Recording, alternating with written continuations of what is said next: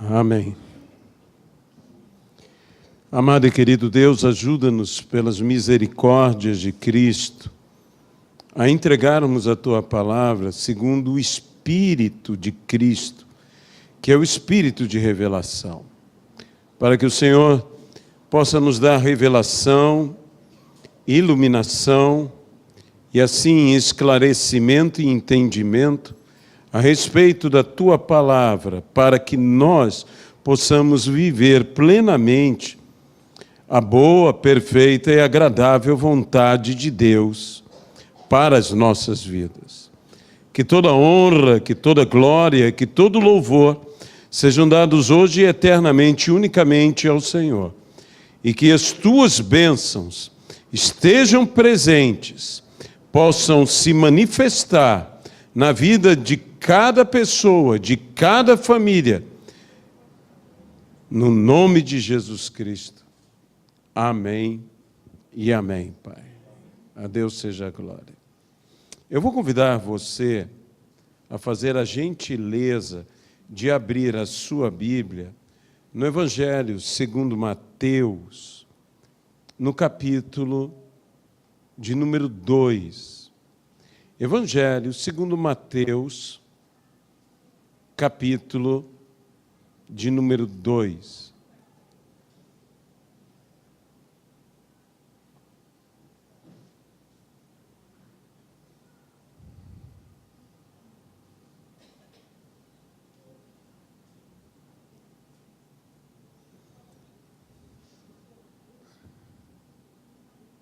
Versículo 1 e versículo 2. Tendo Jesus nascido em Belém da Judeia, em dias do rei Herodes, eis que vieram uns magos do Oriente a Jerusalém e perguntavam: onde está o recém-nascido rei dos judeus? Porque vimos a sua estrela no Oriente e viemos para adorá-lo. Porque vimos a sua estrela no Oriente e viemos adorá-lo. Que Deus possa abençoar a sua palavra em nossas vidas, no nome de Jesus Cristo. Amém, Pai. Talvez você ache muito peculiar, se não estranho, a utilização de um texto como este para um momento como o momento em que nós vamos viver hoje aqui, na renovação dos votos matrimoniais. Uma das coisas mais importantes em qualquer nível de relacionamento é a comunicação.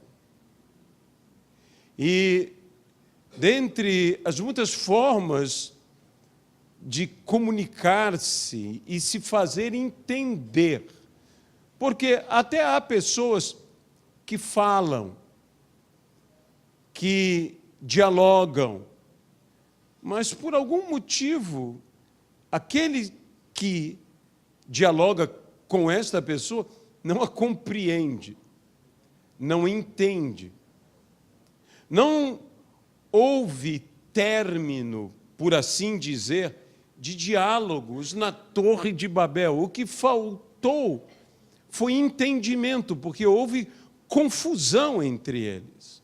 Pois um falava uma língua e outro falava em outra língua distinta. De modo que eles até tinham a vontade, o desejo de dialogar, de conversar, de concordar, mas havia uma impossibilidade entre eles da confusão linguística em que eles estavam imersos.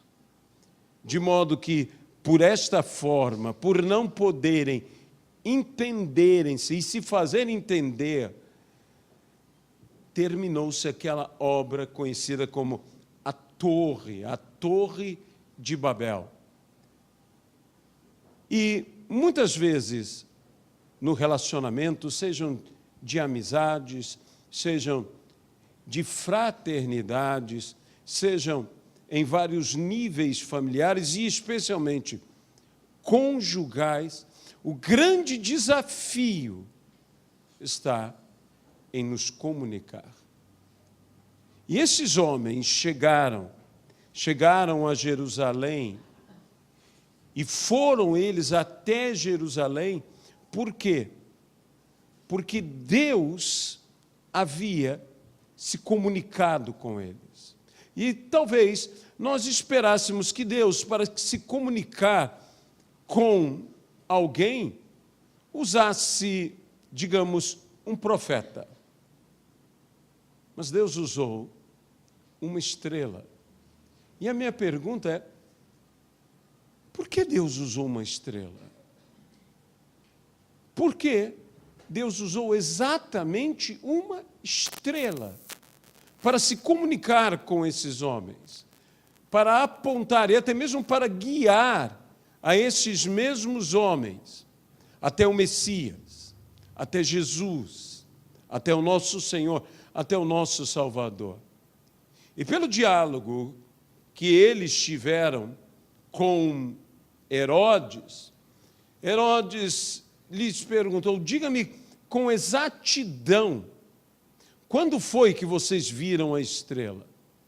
E conhecemos a narrativa triste e, ao mesmo tempo, medonha e, por que não dizer, macabra, do ato hediondo de Herodes em assassinar as crianças em Belém, de 2 anos para baixo. E se nós entramos nesse raciocínio, isso quer dizer que possivelmente estes homens viram aquela estrela que apontava o nascimento do Messias há cerca de quase 3 anos antes daquele momento. E há aproximadamente 3 anos, aqueles homens vinham viajando, vinham buscando, vinham desejosos de encontrar o recém-nascido rei dos judeus. Deus não usou um profeta, não usou um outro homem. Deus poderia ter usado um profeta, Deus poderia ter usado um outro homem, porque os profetas são os mensageiros normais, comuns de Deus. Homens com uma palavra de Deus para outros homens. Ou poderia Deus ter usado um mensageiro extraordinário, um mensageiro incomum, como os anjos.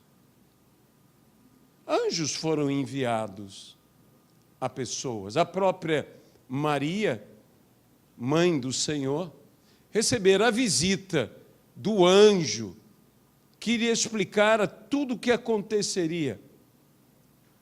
Também José foi visitado pelo mesmo anjo, mas enquanto dormia, em seus sonhos. Encontramos diversos textos nas Sagradas Escrituras de anjos visitando, de anjos falando, de anjos dialogando, de anjos trazendo uma mensagem. A própria palavra anjo significa mensageiro. De maneira que poderia o Senhor ter usado esse mensageiro extraordinário, como utilizou para falar com Cornélio, na casa de Cornélio, que foi até Cornélio, um anjo, e disse, ele manda trazer Pedro, e encontrará Pedro em tal lugar. Mas por que uma estrela? Porque eram os magos astrônomos, e por serem astrônomos, entendiam do que eu vou chamar da linguagem das estrelas. E se eles entendiam da linguagem das estrelas, Deus lhes falou através de uma linguagem que eles podiam entender. E, meus irmãos, em se tratando de comunicação, nós temos que falar uma linguagem que os outros possam entender. Esse é o nosso desafio. Esse é o nosso desafio. Tantos casais, por vezes, falam, mas não se comunicam.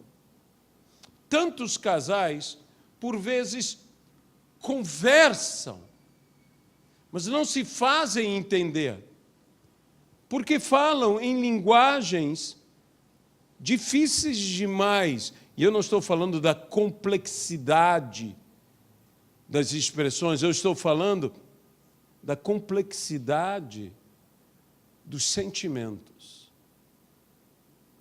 Sabe, hoje eu estava lendo e uma frase tocou muito o meu coração, porque, deixe-me dizer algo para vocês, muitas pessoas querem falar, muitas pessoas têm até a necessidade de falar, mas há pessoas que têm o que falar. Que o que eles falam produz uma completa diferença. Entre essas pessoas, eu considero um destes que trouxe palavras, especialmente trouxe discursos e mensagens que realmente foram de relevância para muitas vidas e, por que não dizer, para a humanidade, o Dr. Martin Luther King. Martin Luther King tem frases extraordinárias, e uma delas, hoje, lendo, mexeu tanto no meu ser. Ele falava sobre fazer o bem. E dizia, Luther King, é importante fazermos o bem, mas a pergunta é, quando fazer o bem? Não apenas a quem fazer o bem, agora digo eu, porque a Bíblia nos diz que nós devemos fazer o bem a todos, e principalmente aos da família da fé. O bem é algo que deveria ser, por assim dizer, familiar. E se estamos em família, seja na família da fé, seja na sua família, na intimidade do seu lar, o bem deveria ser algo conhecido, deveria ser algo presente, deveria ser algo familiar. Sendo nós benéficos e benéficos e benignos, misturei as duas palavras, benéficos, mas vá lá, benéficos. E se alguém te perguntar, é algo que é benigno e benéfico ao mesmo tempo. Inventamos palavras. Nós precisamos trazer aos nossos filhos, trazer aos nossos cônjuges, trazer à nossa família o quê? O bem. E, nesse sentido, o bem deve ser o bem comum, comum a todos. Nós precisamos que possamos ser autores do bem para o nosso familiar. E eu volto a dizer, o bem tem que nos ser familiar, tem que nos ser conhecido. Mas o doutor Luther King perguntava, mas quando? É uma boa pergunta. Quando fazer o bem? E a resposta dele simplesmente é genial. O mais rápido possível. Hoje mesmo. Porque amanhã pode ser tarde demais. Meus irmãos, isso é uma palavra que deveria nortear a vida de todos nós. Nós precisamos fazer o bem o mais rápido possível, hoje mesmo, porque amanhã pode ser tarde demais. Amanhã pode ser tarde demais para fazer o bem ao seu filho, para fazer o bem ao seu cônjuge, para fazer o bem a alguém, seja ele quem for. Se você vê alguém, e se você tem um impulso de fazer o bem, que seja dar um prato de comida, um copo de água, por favor, não entre no processo de dizer: amanhã eu voltarei aqui. Porque você pode voltar amanhã. E aquela pessoa não está lá. Então, se o teu coração é tocado, se a tua vida é ela própria inclinada por, eu chamarei, um mover de Deus, por favor, que nós não deixemos para mais tarde, que não usemos esse raciocínio, que nós possamos fazer o bem. O problema de fazer o bem é que nem sempre o bem é reconhecido ou é devolvido. A Bíblia nos diz: façamos o bem sem esperar nada em troca. E a Bíblia ainda nos fala: e não nos cansemos de fazer o bem. Porque ao seu tempo nós colheremos, se não houvermos desfalecido. É estranho que alguém possa desfalecer em fazer o bem, mas alguém pode desfalecer em fazer o bem. Por mais incrível que pareça, fazer o bem também cansa. Pode também fazer o bem exaurir as nossas forças a tal ponto de nos levar o quê? A um desfalecimento, a nos levar a cairmos prostrados. Quanto desânimo existe? E não existe local em que nós mais desejemos fazer o bem do que no meio da nossa família, do que no meio da nossa casa, do que aos nossos queridos, amados, sejam eles, como eu disse, cônjuges, sejam eles filhos, sejam eles nossos pais, mães. Nós temos o desejo natural de querermos.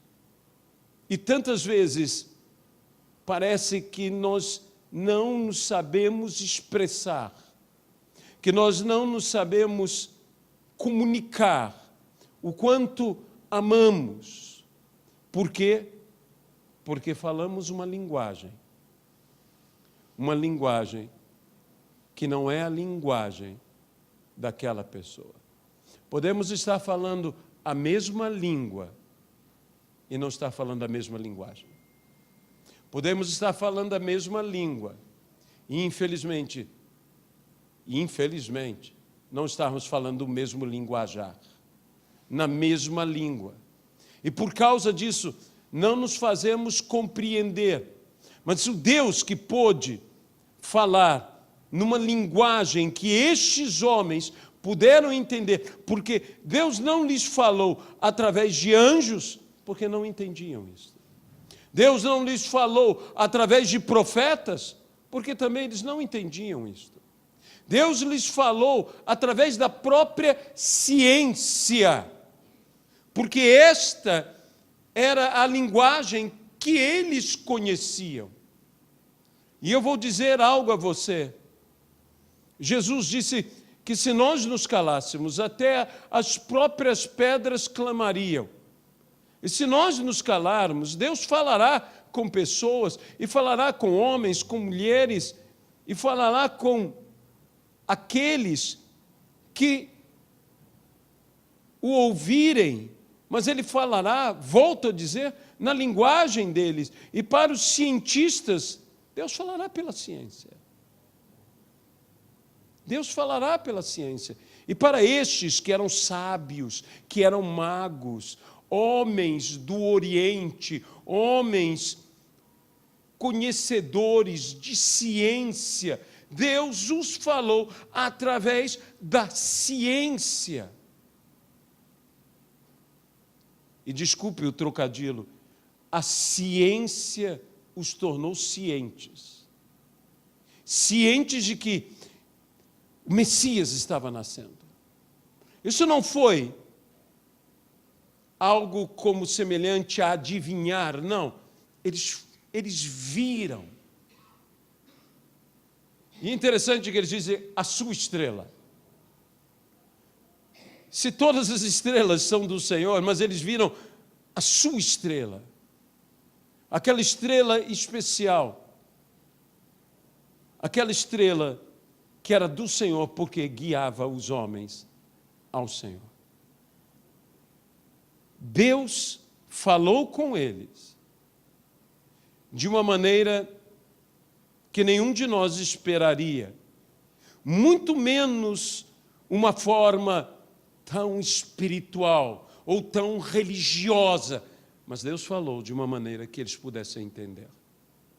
E nós, espelhados em Deus, que Deus sendo Deus, buscou falar de uma forma que eles pudessem compreender, nós deveríamos buscar dialogar uns com os outros de uma forma que nós também pudéssemos compreender. É um grande desafio nos comunicar, seja em que nível for, sempre é desafiador. Quando você tem um casamento, quando você casa-se e agora convive, porque o casamento intensifica o convívio. E agora, a linguagem, a cabeça, a formação, a todo o que fez você ser quem você é e o seu cônjuge ser quem ele é. E agora vocês têm um grande desafio de falar a mesma língua, a mesma linguagem e o mesmo linguajar. De não apenas falar um com o outro, mas de poder se fazer compreender um ao outro, que o outro entenda. É muito engraçado a maneira como nós nos tratamos. Claro, cada casal é diferente um do outro. Cada família tem suas características únicas e especiais. Mas é tão interessante como homens guardam uma maneira de ser, que às vezes você tem algo que é mais, que você poderia até chamar mais masculino, e algo que é mais, que você poderia chamar mais feminino. E, às vezes, a complexidade das explicações femininas e a simplicidade das explicações masculinas, não querendo dizer que toda mulher é complexa e todo homem é simples. Mas não, a maneira de se comunicar. Às vezes, homens se comunicam tão simples que fica complicado. E as mulheres, às vezes, se podem comunicar tão complicado que acaba sendo simples, porque acaba explicando demais. E o desafio para nós é entender. Minha esposa, por vezes, me fala, e não querendo nos desnudar, mas coisas que acontecem com todos os casais, ela me fala e eu falo com ela, você pensa que eu leio mentes? Porque ela já me fala meia frase e ela já acha que eu já entendi o que ela me falou. Então, quando eu não entendo, ela fica, mas como você não entendeu? Está tão claro, está tão óbvio. Eu disse, mas você disse que era algo. Eu disse, então, é algo. E eu estou querendo saber o que o algo é. Isso são coisas que, para nós, tem até um ar cômico, humorístico. Mas, meus irmãos, há casamentos sendo destruídos, há famílias sendo destruídas. Porque não é que nos falte falar, é que nos falta conseguir entender uns aos outros. O desafio não é conversar. Quase sempre, algumas pessoas chegam e dizem, vocês não têm diálogo, vocês não conversam. E aí as pessoas tomam uma decisão, elas começam a conversar, elas começam a dialogar, mas elas não se entendem, porque elas não falam de uma maneira que o outro compreenda. Elas não falam na linguagem do outro. Estão falando todos a mesma língua, estão falando português, mas não estão falando a mesma linguagem. E o pior é quando eles não falam o mesmo linguajar, e com um linguajar inapropriado, começam a falar uns com os outros. E quantas pessoas, sabe, existem casais que falam, mas falam aos berros uns com os outros. Que falam, mas falam com beligerância uns com os outros. Então, não é por falta de diálogo. Que, desculpe, isso também é um tipo de diálogo. Eu te mato, mas é um tipo de diálogo. Estou mandando uma mensagem. Nós temos que ter a mesma língua, a mesma linguagem e o mesmo linguajar, e que se entenda bem por linguajar, o bom linguajar. Nós precisamos. Deus, quando se comunicou com aqueles homens, falou de uma maneira que eles podiam compreender. Hoje aqui nós temos casais com jornadas diferentes, tempos diferentes. Alguns há muitos anos casados, outros há menos anos casados. Temos gente aqui com 2 anos de casado, 3 anos de casado. E pessoas aqui com 52 anos de casado. Vou repetir. 52 anos de casado.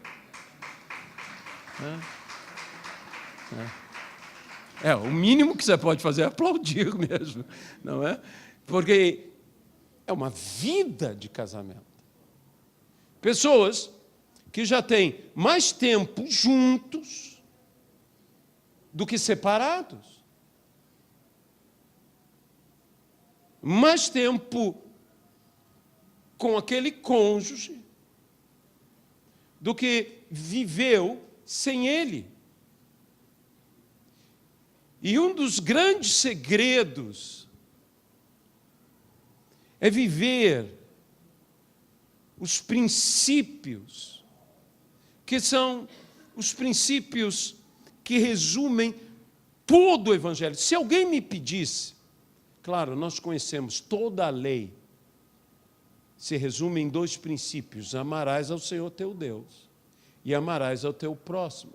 Mas se eu dissesse que toda a palavra, toda a doutrina de Deus, todos os princípios eternos do Senhor são sustentados, eu diria, num tripé de 3 coisas, porque a palavra de Deus permanece para sempre. E 3 coisas a Bíblia diz permanecem para sempre: a fé, a esperança e o amor. E se eu entendo esses 3 princípios eternos, esses 3 caminhos eternos, o caminho da fé, o caminho da esperança e o caminho do amor, se eu entendo essa vida, a vida de fé, a vida de esperança, a vida de amor, e vivo isto, e pratico isto, Meus irmãos, se eu trago isso para o meu relacionamento, este será um relacionamento que sobreviverá a tudo. Porque passará céu, passará terra, mas a minha palavra não passará. E 3 coisas permanecerão: a fé, a esperança e o amor. Se nós conseguirmos ter, e agora eu direi, o linguajar de fé, o linguajar de esperança e o linguajar de amor, nós teremos como nos comunicar em tudo, no essencial que todos necessitam. Eu quero ter o linguajar de fé. Eu quero trazer à pessoa um linguajar de fé. Um linguajar de fé é um linguajar encorajador,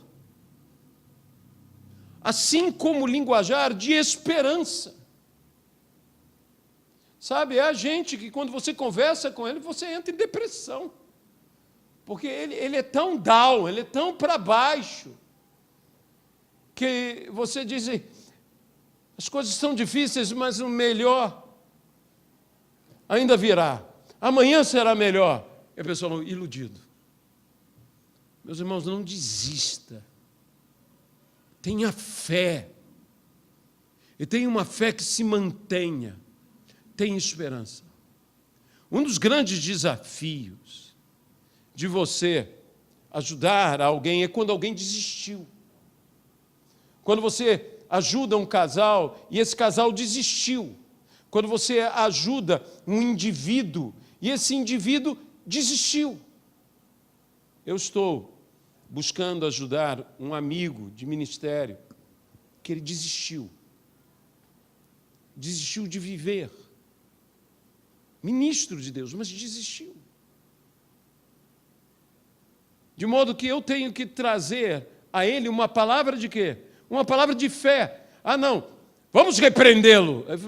Um minuto, meu irmão. Existe hora para repreender, mas existe gente, às vezes, que já está tão para baixo, que se você repreender mais, aí ele se entrega de vez.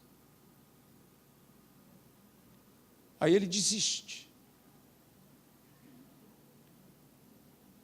Existe gente que não adianta você dizer, creia. Existe gente que você tem que dizer para ele, não me importa que você não creia, eu creio por você. Você pode dizer amém a isso? Porque tem gente que não crê mesmo.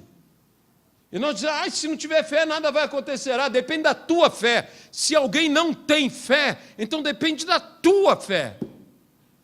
Existem textos na Bíblia que a gente só usa para a pessoa que ainda não se converteu, mas ela é prática para todos. Pedro diz, se uma mulher casada, o seu marido ainda não obedece à palavra, não está dizendo que nós entendemos, nós podemos dizer, essa pessoa ainda não teve uma experiência com o Senhor Jesus Cristo, mas está falando em obedecer à palavra. Ela ganhará o seu marido sem palavra alguma, mas não sem comunicação. Porque você não precisa necessariamente falar para se comunicar, mas a Bíblia diz o quê? Pelo seu reto procedimento, ela ganhará o seu marido para a palavra.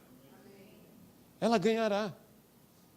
E nós também temos que entender que nós devemos falar e falar da melhor maneira possível aqueles e preste atenção, com os magos, Deus não usou palavras, nem palavras de homens, nem palavras de anjos, mas usou evidências. Vimos a sua estrela, vimos a evidência do seu nascimento. E muitas vezes na nossa vida, não são as palavras que vão fazer a diferença, mas as atitudes, as evidências é que farão a diferença. Eles têm que ver. São Francisco de Assis dizia aos seus discípulos, saiamos e preguemos o Evangelho, e se necessário, falemos. Porque você prega o Evangelho, acima de tudo, não com a sua boca, mas com a sua vida. Disse Billy Graham, nós somos a Bíblia que o mundo lê. Nós somos a Bíblia que eles leem. Então, a minha pergunta é, o que meus filhos estão lendo em mim?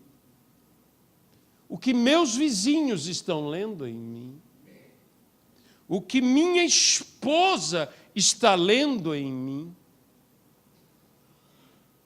O que eu estou comunicando?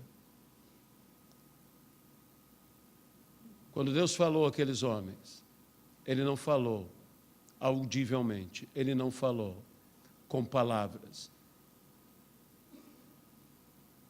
Mas eles entenderam. Porque Ele falou com evidências. Evidências e grandes evidências. Vimos a sua estrela. É uma grande evidência. Eu quero, no meu casamento, eu quero, na minha família, falar com grandes evidências. Eu quero, nós dizemos isto, o bom testemunho. Eu quero, sem palavras, falar. Não estou dizendo que eu quero entrar mudo e sair calado. Eu estou dizendo que eu quero que a minha vida fale mais alto do que as minhas palavras. E que haja uma coerência no que eu falo com o que eu vivo. Paulo diz, para que eu, tendo pregado o Evangelho, não venha a ser desqualificado. Eu não quero ser desqualificado. E saiba do seguinte, a primeira pessoa para quem você testemunha é o seu cônjuge. A primeira pessoa para quem você prega o Evangelho é o seu cônjuge. A primeira congregação para quem você prega a palavra é a sua casa. São seus filhos. São seus parentes, são os seus próximos, são seus vizinhos. E, meus irmãos, quando você pega uma estatística de que pessoas vêm à igreja e se convertem e têm uma experiência de salvação com o nosso Senhor e Salvador Jesus Cristo. Elas são convencidas pelo Espírito Santo. Mas quando você pergunta, por que você veio? Quase a totalidade das pessoas, não a totalidade, mas quase a totalidade, a maior parte das pessoas que vêm, que entram pelas portas da igreja, elas entram por causa de um testemunho pessoal. Elas vêm por causa de alguém. Elas viram algo. Em alguém. Vimos a sua estrela. Vimos uma evidência de algo que era dele. Vimos essa pessoa dele. Vimos a sua estrela e viemos adorá-la. Seja você uma estrela. Seja você uma estrela. Eu não estou dizendo um popstar, mas seja você uma estrela. Brilhe diante dos homens. E não importe que a escuridão esteja intensa, porque quanto mais intensa é a noite, mais intenso também será o seu brilho. Mais evidente você será. Brilhe. E saiba do seguinte, se você brilhar, seu cônjuge virá. Se você brilhar, seus filhos virão. E para aqueles que talvez estejam preocupados com os seus filhos, ou com o seu cônjuge, ou com os seus pais, eu quero dizer uma coisa: somente brilhe. Porque você não vai brilhar em vão. Você vai apontar um caminho, e esse caminho é para Jesus. Eles virão para Jesus. Eles falarão como os magos disseram: nós viemos adorá-lo. Que nós aprendamos a nos comunicar, e não apenas falar. Que tenhamos a mesma língua, a mesma linguagem e o mesmo linguajar, e que seja bom. Um bom linguajar. Que nós nos façamos entender e que o outro possa nos ler em nossas atitudes, ler no que nós temos como testemunho de vida. Que você brilhe, e que você brilhe tão intensamente que seja evidente,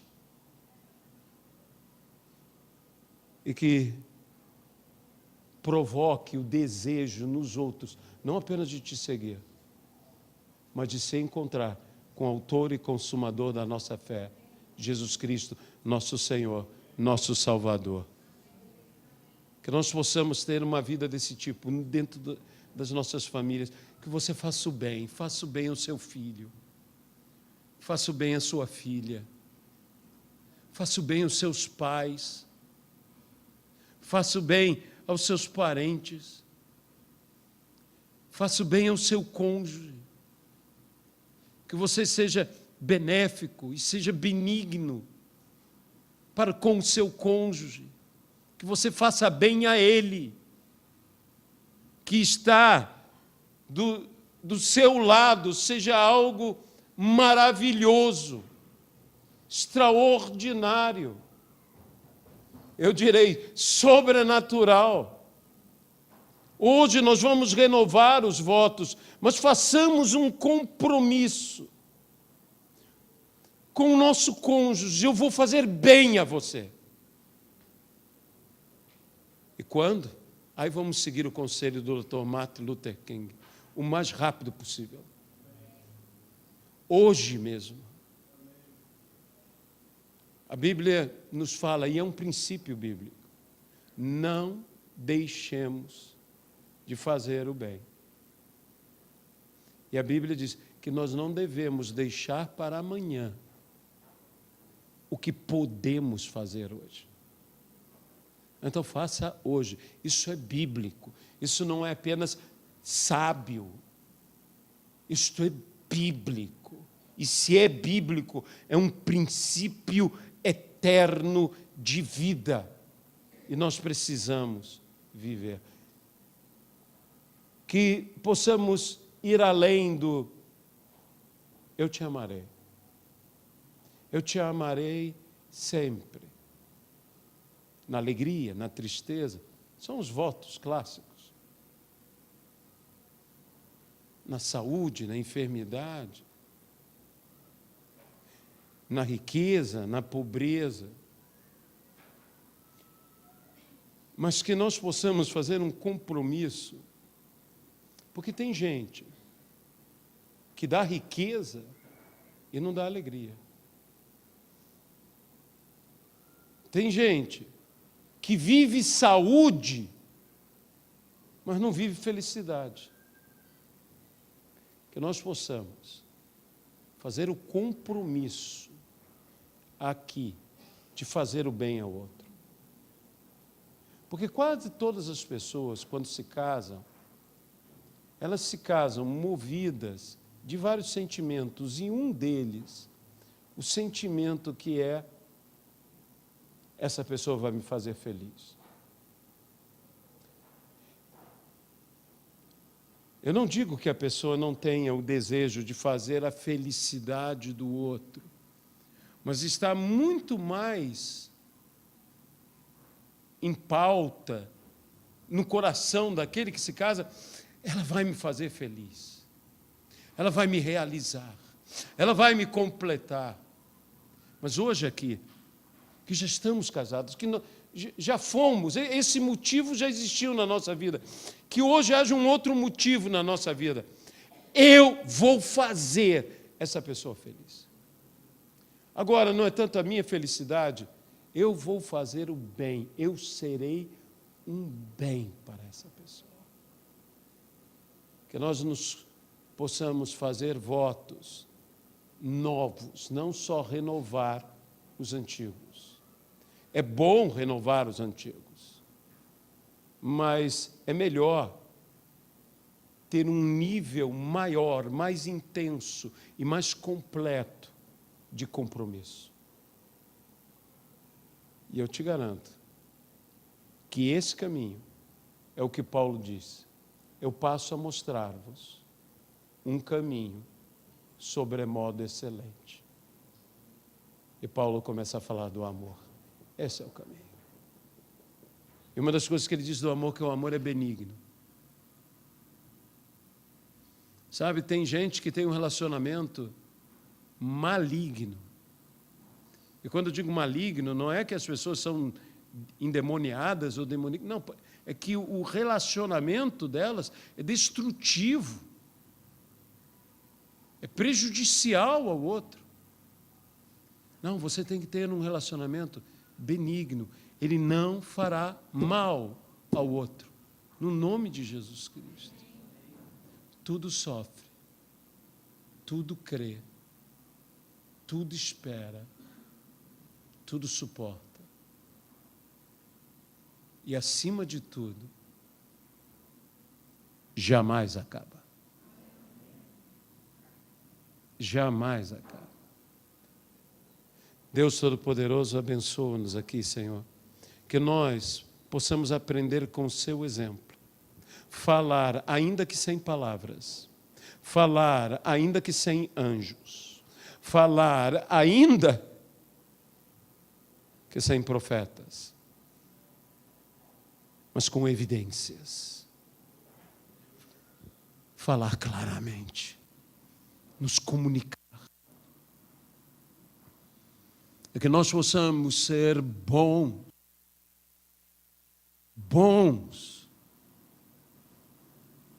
que nós possamos ser um bem para a nossa família, para os nossos cônjuges, para as pessoas ao nosso redor.